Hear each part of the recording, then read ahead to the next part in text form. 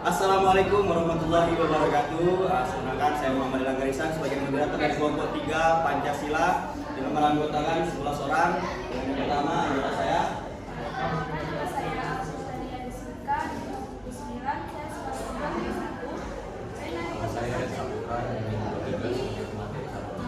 Saya Pranito dengan tingkat 1D12339 dengan sebagai materi 2. Saya Melindra Marantri dengan nilai 20 sebagai materi 4.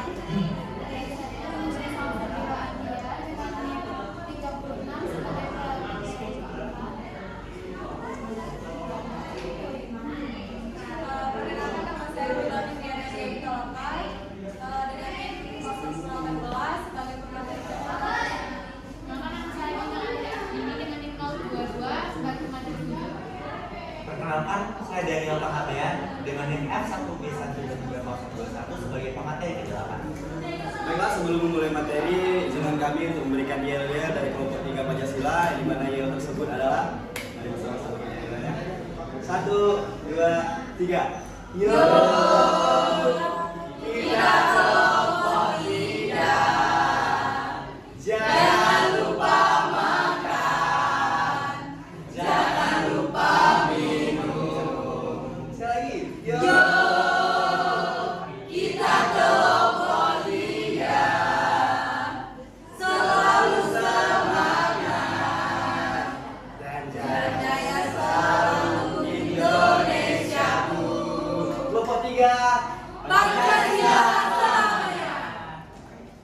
Baiklah, di materi ini kami kelompok 3 memberikan materi tentang pemanasan global, di mana pemanasan global atau global warming ini adalah proses peningkatan suhu rata-rata atmosfer, laut dan daratan bumi, dan selanjutnya akan dijelaskan oleh teman saya pengertian lebih lengkapnya oleh Alsya dan Rian. Dipersilakan.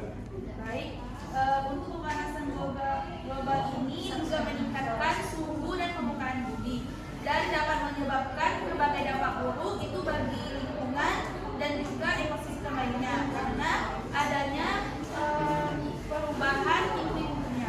Selanjutnya, Sebelum membahas tentang pemanasan global, terlebih dahulu kita membahas tentang bumi.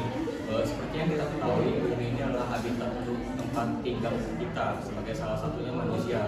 Nah, namun setiap hari ini di bumi kita ini mengalami peningkatan suhu. Nah, peningkatan suhu itu yang disebut dengan pemanasan global. Nah, pemanasan global itu sendiri adalah suatu peningkatan suhu yang dapat mengakibatkan bencana. Sekian dari saya. Terima kasih Alsya dan Rian. Dan selanjutnya dampak pemanasan global oleh Pratito dan Amelia. Dipersilakan. Adapun dampak dari pemanasan global seperti iklim yang tidak stabil, meningkatnya permukaan air laut, suhu global yang cenderung meningkat, gangguan ekologis, dan dampak sosial dan politik.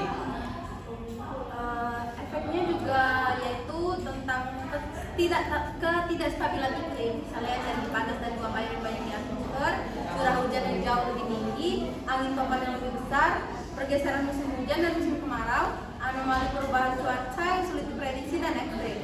Ketidakstabilan iklim tersebut dapat menyebabkan badai dan gelombang menjadi tinggi, sehingga dapat mengganggu aktivitas nelayan. Peningkatan permukaan air laut membuat frekuensi banjir di kota-kota yang dekat dengan pantai menjadi semakin meningkat.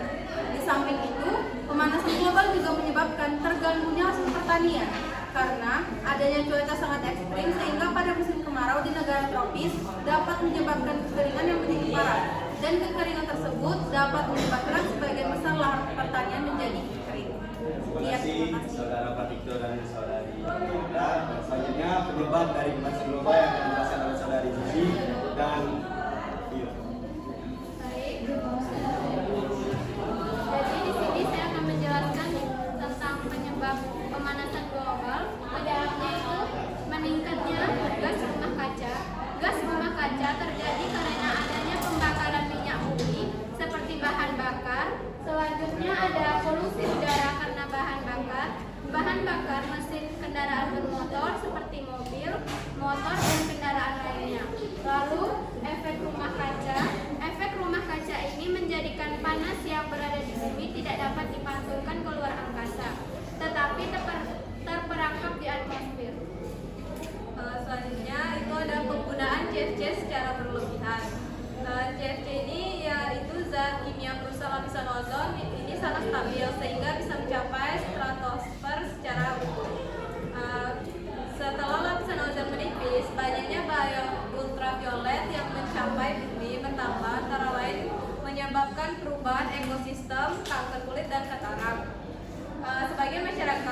menggunakan CFC ini secara berlebihan atau jumlahnya yang sangat banyak.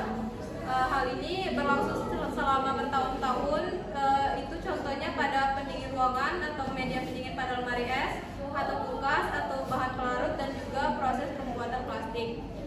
Selanjutnya ada penggundulan hutan atau kerusakan hutan. Ini menyebabkan pemanasan global karena hutan memiliki fungsi yaitu menyerap karbon dioksida, dan hutan merupakan penghasil oksigen yang paling banyak. Semakin banyak terjadinya penebangan liar, maka oksigen yang dihasilkan di bumi itu semakin menipis, jadi menyebabkan hilangnya keanekaragaman hayati. Terjadinya deforestasi akan menambah buruk pemanasan global karena hutan sebagai penghasil oksigen dan paru-paru bumi telah ternodai dan diganti dengan komoditas pertanian sehingga menyebabkan penipisan lapisan ozon di atmosfer. Terima kasih saudari Gila dan saudari Zizi. Maka selanjutnya antisipasi dari pemanasan global yang akan dijelaskan oleh pemateri terakhir yaitu Bintang Andari dan Daniel Panggabean. Baik, terima kasih moderator. Saya akan menjelaskan tentang antisipasi dari pemanasan global.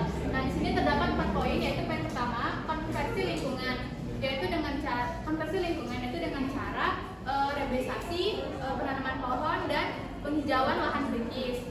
Yang kedua yaitu ada menggunakan energi yang bersumber dari energi alternatif, yaitu bisa berupa energi angin, air, udara, air, angin, matahari, dan bioenergi, guna mengurangi penggunaan energi bahan fosil, contohnya minyak bumi dan batu bara.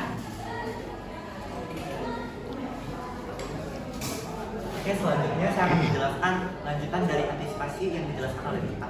Nah, selanjutnya yaitu daur ulang dan efisiensi energi. Daur ulang di sini merupakan daur ulang segala bahan yang dapat didaur ulang dengan bisa didaur ulang dengan baik. Contohnya itu plastik. Plastik bisa didaur ulang dengan 5R, yaitu recycle, dan banyak sekali gitu. Dan selanjutnya itu upaya pendidikan kepada masyarakat luas. Upaya pendidikan ini bisa dinyam di bangku sekolah kepada siswa-siswi maupun mahasiswa.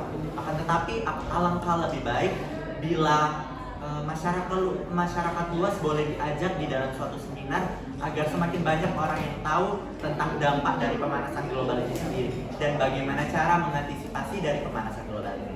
Untuk yang terakhir yaitu kesimpulan yang boleh ditarik di dalam proyek Pancasila kami mengenai pemanasan global sendiri, bahwa bila dikaitkan dengan mata kuliah Pancasila yaitu pemanasan global ini sendiri merupakan tanggung jawab kita sebagai manusia yang telah dipercayakan oleh Tuhan untuk menjaga dan melestarikan dunia ini. Maka dari itu implementasinya dengan Pancasila yaitu Pancasila pertama, yaitu ketuhanan yang Maha Esa. Mungkin sekian dari kelompok kami untuk pemaparan materi dan kesimpulannya. Kembali kepada moderator. Baiklah, saya akan kembali. Mungkin itulah materi yang bisa dapat saya sampaikan. Kami sampaikan. Sekian dari kelompok kami. Wassalamualaikum warahmatullahi wabarakatuh. Kelompok 3 Pancasila.